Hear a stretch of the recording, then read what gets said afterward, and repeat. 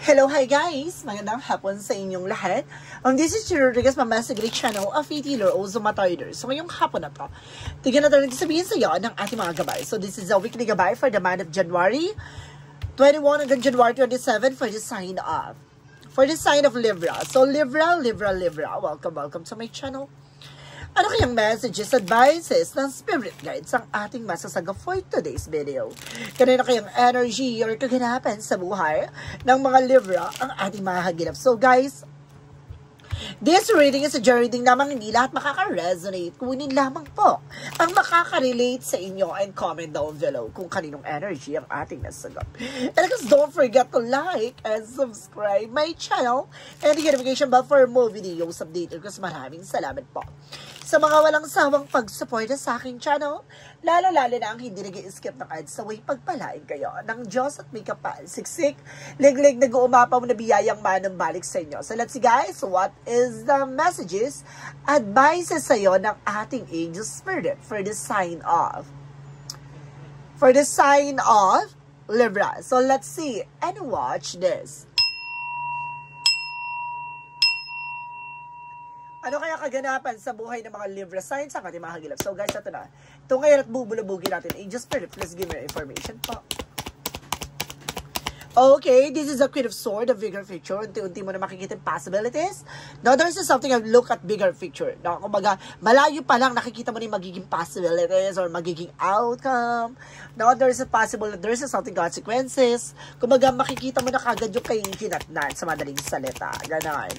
And because this is something the Knight of Swords is success driven. Now, may mga bagay na unti-unti ka na magsasuccess. Now, may mga bagay na unti-unti mo na may sasakataparan. Let's see what is additional messages. Because this is something the Seven of Pentacles will harvest moment. So this is the moment na para magtuloy-tuloy na yung maganda kapalaran sa iyo. Kumbaga ito yung hinintay mo na opportunities na para, diba, makuha mo yung mga pinaghirapan mo. So let's see what is additional messages with the Angel Spirit. Because this is something that Emperor, there's something be mature enough and being grounded. So maging mature ka sa mga decision or gagawin mong actions. No? Let's see additional messages. Because this is something the Hermit card with the spiritual enlightenment. No? May mga bagay na magbibigay ng kaliwanagan sa iyo. This is something possible na may mga bagay na liliwanag sa iyo. No? May mga bagay na unti-unti mong matutuklasan kung ano yung possible na gusto mong talagang sa buhay mo. There is the Eight of Cups, something moving on. No? Para nagkakaroon ka ng enlightenment talaga. No? Parang unti-unti ka na makaka-move on or there's something moving forward. Now, there's something getting away from that unhealthy situation. Or there's possible na makakalaya ka na sa hindi mo kagustuhang sitwasyon or there's a sitwasyon na parang ang bigat-bigat na. Ito na yung paglaya mo. What is the Queen of Swords? Represent what? This is the Three of Wands. So, waiting for ship, no? Ito yung hinihintay mong resulta, no? Maaaring makuha mo na, no? And because this is something, the Knight of Cups, there's something in offer. Mabilis tong offer na to, ha? Don't be miss it, guys. Huwag mong hayaan na kumaga makawala pa tong opportunities na to. Let's see what is the Seven of Pentacles. Reference with the Death card. So this is something an ending and a new beginning. So may mga bagay na magsisimula na at bagay na tinatapos na. No, this is something a transformation that lead you a success. Let's see what is the Emperor. The Emperor represents with the Ten of Wands, something reverse. So this is possible na makakalayak na for burden, for obligation, for responsibilities. Let's see. No, parang kumbaga control mo yung situation. Do you have the authority? No, para patapusin na, no, yung mga bigat, pasakit, pasanin, ganon. Let's see what is the Hermit card. The Hermit card represents the Emperor. Okay, let's see. Okay, the Hermit card represents with the Four of Cups. So there's something to re-evaluate or analyze. Na may mga bagay na pinag-iisipan ka pa. No? May mga bagay na unti-unti mo na matatanggap on your own. No? There's something, a development, no? With your personal, no? With yourself. No? May mga bagay na unti-unti mo na matatanggap ko. Ano man yung mga bagay na ipinagkakalob sa'yo with God. Let's see what is the Eight of Cups. Now, this is something, the Seven of Wands, no? Parang po protection at papangalagaan mo yung sarili mo. Alam nyo guys, there is something, a toxic environment and toxic co-workers and even a toxic friends of yours, no? Or either with a family related, no? There's something toxicities na kumaga unti-unti ka na makakalaya at makakawala. Oh, let's see what is the Queen of Swords and it was the Three of Wands. Represent what? This is a King of Cups, so there's a devoted supportive person, no? May taong sumusuport at gumagabay sa'yo dito. There's something support na hinihintay mo.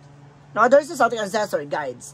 There's a Knight of Swords because the Knight of Cups. So reference with a Five of Cups. Something disappointment, regret. Now may mga pagsisisi pang hinayang, but eventually guys, no, ito, kumbaga itong offer na to, wag mong kumbaga hayaang mapalagpas, no? Let's see what is the Seven of Pentacles and the Death card. So this is the Four of Wands. So the waiting is over. No, ito na hinihintay mong pagkakataon na para, diba? Makuha mo na yung mga matagal mong hinihintay. No, this is the hard work is paying off. Let's see what is the Emperor and the Ten of Wands in reverse. So this is something that Ten of Wands, some happiness na magiging masaya ka na. Kumbaga, you can create your situation and you have the power to change it. Diba? Kaya mo na baguhin. No, yung sitwasyon mo, yung nangyayari sa'yo. No? Bakit ka mag-iisip ng mga negatibo? Bakit ka mag-iisip ng mga puro hindi magagandang eksena? Diba? Kailangan mo mag-isip ng mas positibo ang kalalabasan ng eksena mo. Let's see what is the Hermit card and the Four of Cups. The Hermit card, and of course, the Four of Cups, represent with the Magician for manifestation.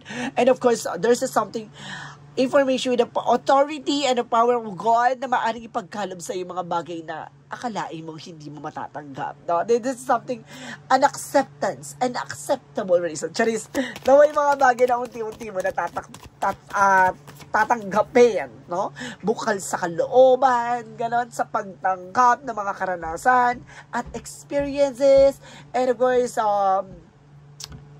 the happy moments, no? Maraming mga bagay dyan na nangyari sa'yo na maaring kasama siya sa proseso.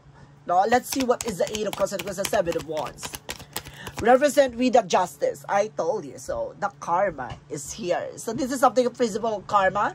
What goes around comes around. So kung may mga bagay na ginawa ka sa buhay mo, aanihin mo yan. So kung gumawa ka ng mabuti, maaaring maging mabuti ang kapalaran sa'yo. There is something na maaaring ibalik sa'yo. Let's see. This is the outcome. Represent with the Three of Pentacles, with the collaboration, unity, no? Additional messages, there's a Nine of Pentacles for financial windfall. May pag-ulan talaga ng biyaya. Pasabog. No, lalakas ang iyong finances. This is the Ease of Wands, something, a new project, new job. No, magkakaroon ka ng bagong plano, bagong trabaho, bagong opportunities, and new business ventures. Ganon. So, let's see what is additional messages for finances and career. Let's see. And there's the Star card for a wish of payment. So, may mga bagay na matutupad na for your finances. There is something recovery, ano? Maaaring makaka-recover ka na for financial loss, for financial crisis. And there's something the Lovers. Maaaring connected with your partnership, no? With your love life. Maaaring, kumbaga, magkakaroon kayo ng business with your partnership, with your loved ones, no? With your wife, with your husband, no? With your jowa, ganun. Magkakaroon ka ng partnership with business. And there's the Two of Wands by choices. Piliin nyo yung mga bagay na alam nyo, kumbaga hilig nyo, passion nyo, no? Kumbaga gawin nyo yung mga bagay na kaya nyo, skills, no? And develop nyo yan. Enhance your ability and polish your skills. What is additional messages? Pagdating naman sa love life. Pagdating sa love life, there's a Six of Pentacles for give and take. So, there's a possible na maaaring maging balanse na ang inyong relasyon. And this is something the Six of Swords with the transition. Makakaalis kayo for toxicities, and for temptations, and even for a negative attractions. Let's see what is additional messages. Pagdating sa health, so, this is the Six of Cups, no? Kumbaga, mag-iingat ka pagdating sa health issues mo. Meron ka na ditong parang history from your old, kumbaga, sickness, no? May nakaraang kang sakit na maaaring bumalik, na kailangan nyo maging aware. And this is something the Temperance for a perfect time and divine intervention. Paalala sa ng ating divine. No? Kailangan nyo maging mahinahon sa ginagawa nyo. No? Kapag may mga bisyo, may mga, kumbaga, unhealthy habits kayo, no? Kalma lang. Hindi nyo pwedeng agad-agarin at maging aggressive, no? And this is an Ace of Swords with a breakthrough, na makukuha nyo yung mga bagay na gusto nyo makuha. Pero, depende yan sa ginagawa nyo for a negative and positive. Diba? So, let's see what is the magical fairy messages. Represent what? Magical fairy messages represent what? So, this is something, the perfect timing for you. See, di ba? Nakalaan talaga yung mga bagay na para sa'yo. This is the right time for you to moving forward. And this is something summer for the unseriousness is coming. Diba? Talaga lahat ito na yung kasagutan sa mga katanungan mo, ipaparating na. Diba? Mabubulabog at bubulabugin ka. Ganon. What is the yin and yang oracle card? Represent what? And because this is something shadow, the moon card, no? May mga bagay na liliwanagin sa'yo. After the darkness, there's something brightness. Ganon! Huwag katapos ng kadiliman, merong kaliwanagan na maaaring mamukad ka at makikita mo ang nagliwanag. Ganon! Let's see what is additional messages. And there's something ancestor guides, no? May mahal ka sa buhay na yumao na maaaring ginagabayan ka. Let's see what is additional messages. And there's a close open garden, no? Just focus on your life purpose, diba? Kumbaga, protection at pangalagaan mo yung sarili mo, no? Dahil minsan ikaw din ang kalaban, no? Parang kalaban mo rin yung sarili mo dito. Diba? Minsan kasi may mga red flag and there's something signs and synchronicities na ini-ignore mo, no? Dahil makulit ka. Let's see what is the synchronicities. And there's imagination. See, ito yung tinatawag na gut feeling or tinatawag na inner voice, no? With the imagination. Maraming papasok sa isipan mo. But you need to pay attention. And this is something child. No, may mga bata dito na involved if you have a children's, no? Maaaring pinuprotection at pinapangalagaan to or maaaring magkaroon ka ng anak or either. Kumbaga, there's something childhood memories. And there's a wheel of fortune with a good luck and destiny is your with a journey, no? Makakapag-travel ka na. And there's something information with the international travel. And there's something success na maaaring mayroon kang papasukang trabaho, maaaring matanggap ka na at maaaring hinihintay mo yung document and papers, maaaring ito na, ma-process na. So, let's see. What is the Romance Angels represent what? For Romance Angels, represent what? And there's a peace na magkakaroon ka ng kapayapaan, galon, at kaliwanagan. And there's a relationship reconnecting, no? Kumbaga magkakaroon ng konektado or something na about sa relasyon, maaaring mag-connect kayo ng yung person or maaaring magkaroon kayo ng kaunawaan or something, kumbaga collaboration with a partnership, ganon. Magkakaroon kayo ng kalayaan at kapayapaan, ganon. Maaaring mawala na yung sigalot, argumento, ganon. Let's see what is Archangel Michael messages. And there's something honor and trust your feelings. Diba? Lagi mo pakikinggan yung gut feeling mo.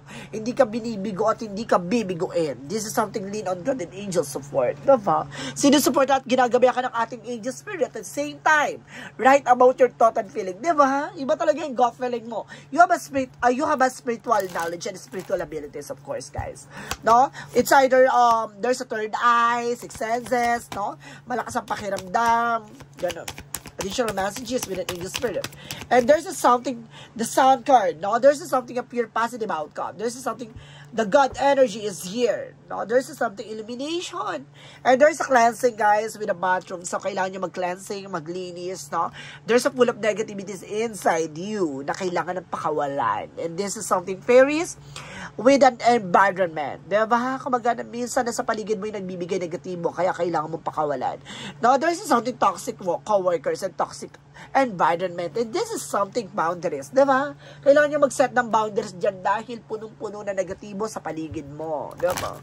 Let's see what is the chakra messages. And there's a mysticism, may mystery sa loob ng eksena na to. There's a secrets. And there's a something hidden and lying, cheating on you, no? With other person. There's a spy looking, watching at you guys, no? May sumusubaybay, mayroon taong may lihim na inggit at lihim na masamang intention sa'yo. And this is something is isolation na gumagawa ng eksena para pabagsikin ang finances mo. Na maaaring nangingipit or paulit-ulit yung financial crisis, no? May gumawa ng hindi magandang eksena kaya, diba, kahit na anong gawin mo, hindi ka nakakabangon. Makabangon ka man, bigla ka nalang ulit lalagapak. Ganon. No? Kasi may umakadlak or humakarang para magtuloy-tuloy yung magandang kapalaran. So, let's see what is the Romance Angels. Alam nyo guys, no? Diba sinasabi nila na hindi raw mahadlangan yung blessings, gato ganyan. This is, kumbaga, ayon sa pagkaloob daw ng Diyos, gato ganyan. Yes, of course po. Yeah, kaloob po na talaga ng Diyos. Pero gumawa ng way si God para subukin yung pananampalata at tiwala mo. Doon yun papasok yung mga black magic involved. Para malaman, huhubugin ka kung talaga yung pananampalataya mo is, diba, straight. Ganun yun. May instrument si God para gumawa ng eksena. Para alam niya kung sino yung mga taong totoo sa kanya. Diba? Meron mga taong nagbabanal-banalan lamang. Kaya kailangan maging aware. Diba? So let's see what is additional messages. And there's a pay attention to the red flag. Diba? Ito yung sinasabi ko. Mag-pay attention ka sa mga red flags. And there's a codependency with addictions. No?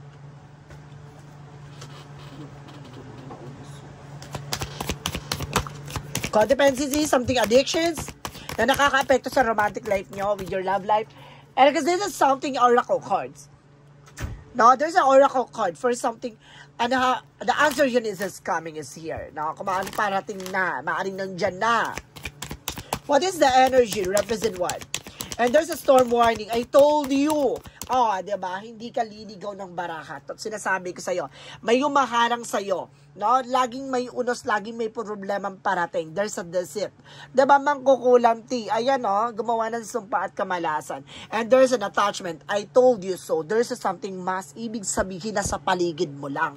And this is something the victory is yours. At magtatagumpay ka. No? Kailangan mong protection at pangalagaan yung sarili mo. Kaya nandito, diba, for the last card, na nandito sa bahagi na to na para maunawaan mo, ha, there's an eight of cups, makakaalis ka sa situation, pero kailangang proteksyon at pangalagaan yung sarili mo para maibalik yung sumpa o karma na ginawa sa'yo. No? Ginawang ka ng black magic para tuloy-tuloy yung kamalasan. Ganun yon. What is additional messages with an angel spirit? And there's an honor, no? Humor, sorry. There's something humor, guys. There's something, titingnan mo yung lighter side of situation of your life. Ganon. And this is something indecision. May mga bagay na nahihirapan kapag mag-decide. No? So, let's see what is additional messages with an angel spirit. And because this is something activated earth. This is something activated. Maaaring, there's a power places na ibibigay ka kung talagang parasan ka at kung saan ka talaga ilalagay. And this is something, a star ancestor. Now, there's a something, hidden secrets. No? Marami nakatagong eksena. And this is something life lessons. No? I told you, soul growth. Diba? Sa madaling salita, soul growth and life lessons. Marami kang bagay na matututunan at malalaman with a higher learning. Study. Ganun yun. Diba? Pasabog, unti-unti na pinapaalam at pinapakita sa iyo dito kung ano talagang bahagi. No? Kung anong bahagi ng life purpose mo ang kailangan mong ayusin at baguhin. What is the Moonology? Represent what? Represent what? Represent we believe in the impossible. Diba? Believe na impossible na sinasabi na maniwala ka sa mga imposible ay posible.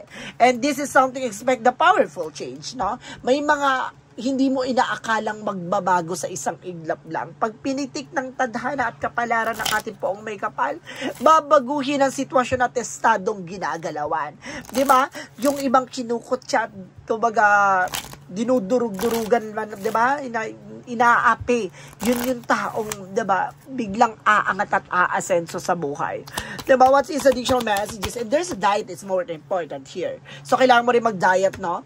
Tantanan mo yung kakalamon mo. Charis. No? Tigil-tigilan mo yung mga, guys, unhealthy foods, gano'n. For the angel's answer, represent what? I told you, there is something let go. Diba? Kailangan iwasan, tigilan. And there is something romance. Na pagdating sa pag-ibig at pagmamahal, nandito ang romance, ha? And there is an itself to you. Nasa sayo yan. There's an unlikely. Ito yung nasa sayo yan, ha? Hindi mo kailangan i-please yung ibang tao para magustuhan ka. There's an unlikely. No, there's something, kumbaga, hindi ka parang hindi nila gusto ikaw, gano'n.